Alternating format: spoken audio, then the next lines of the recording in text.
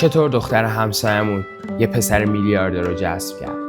بخشی از این داستان رو همه محل ما میدونن، ولی فقط منم که همه داستان رو میدونم، البته به جز مائده. اون روز آفتاب تازه از پشت ساختمونای خاک گرفته محله ما زده بود بالا.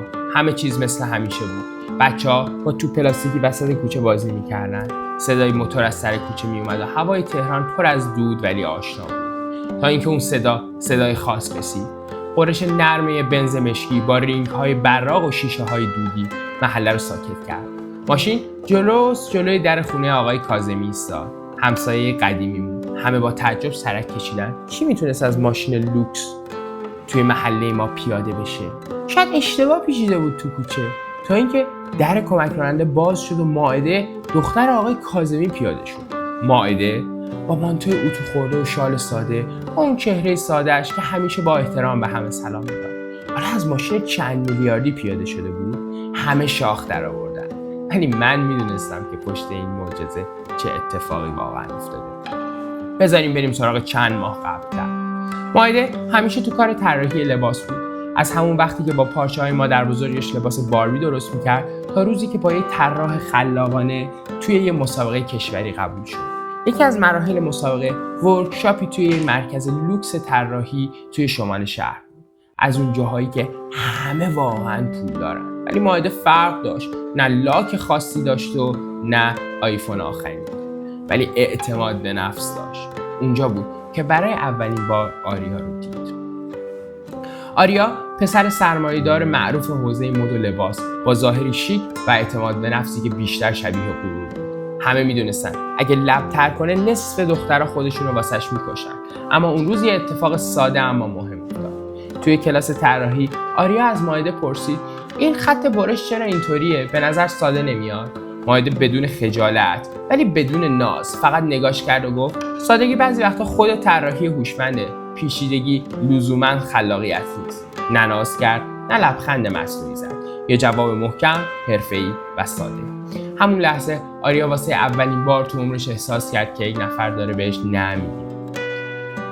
از اون روز به بعد آریا شروع کرد به بهونه‌های مختلف به مائده نزدیک شدن. یه بار ازش میپرسید از کجا پارچه میخره، یه بار گفت طرح لباسش الهام بخشه، یه بار دیگه یه حرف دیگه میزد. اما هر بار مائده جوابش رو خیلی ساده میداد، بدون بی احترامی یا بدون اشوه خاصی.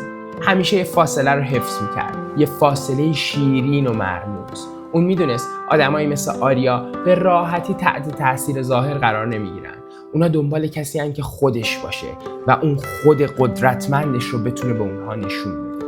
چیزی که بیشتر دخترها نمیتونن به اونها نشون بدن.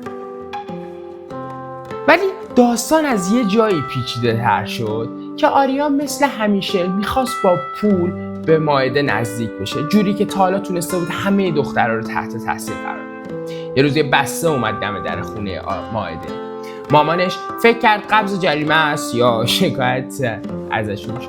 ولی توی بسته یه لپتاپ حرفه‌ای طراحی بود با یه یادداشت. آدمایی مثل تو باید بهترین ابزار رو داشته باشن. آریا.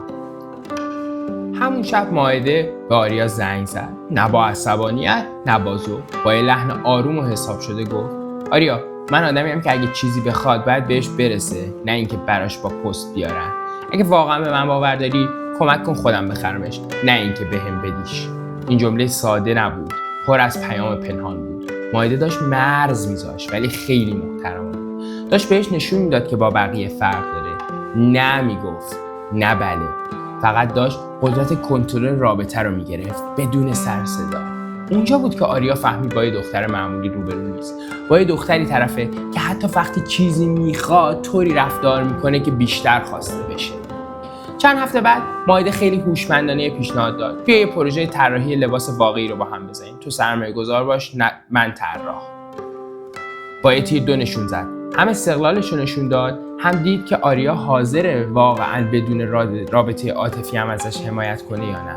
مائده بلد بود چطور قلب کسی رو به دست بیاره. نه با حرف، با رفتار. توی جلسات کاری جدی بود.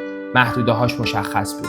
ولی یه جذبه خاصی توی رفتارش بود که کاری که میکرد حتی وقتی ساکت توجه ها سمتش باشه.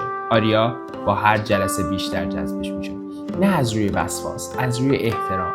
هر بار که فکر میکرد شاید وقتشه بهش نزدیک بشه، ماهده خیلی ساده با یه حرکت یا یه جمله بهش یادآوری میکرد این مسیر اگه قراره بره جلو باید از دل احترام و ارزش بیاد، نه شوق و شور و زود گذر. و این شد که اون روز وقتی بنز جلوی در خونه آقای کاظمی ایستاد، این بار آریا فقط نیومده بود یه دختر رو برسونه، اومده بود برای انتخاب با گل و شیرینی و یه جمله قاطع به پدر ماهده. ماهده دختریه که حتی اگه من هیچی نداشتم باز میخواستم کنارش باشم، چون بلد بود بدون توقع شخصیتش رو زندگی کنه. من کنارش آدم بهتری میشم و این رو خیلی ها فهمیدن. یه دختر میتونه بدون نمایش، بدون ناز، بدون بازی، با هوش، مرز و منش دل یه مرد پولدار رو به دست بیاره، نه با ظاهر، با قدرت پنهان. اگه تا اینجا گوش دادی یادت باشه دنبال تأثیر گذاشتن باش، نه تأثیر گرفتن. آدمای خاص دنبال ظاهر نیستن، دنبال ارزش‌های واقعی هن. مهم نیست که کجا زندگی میکنی، مهم اینه که خودتو همون جوری که هستی نشون بدی.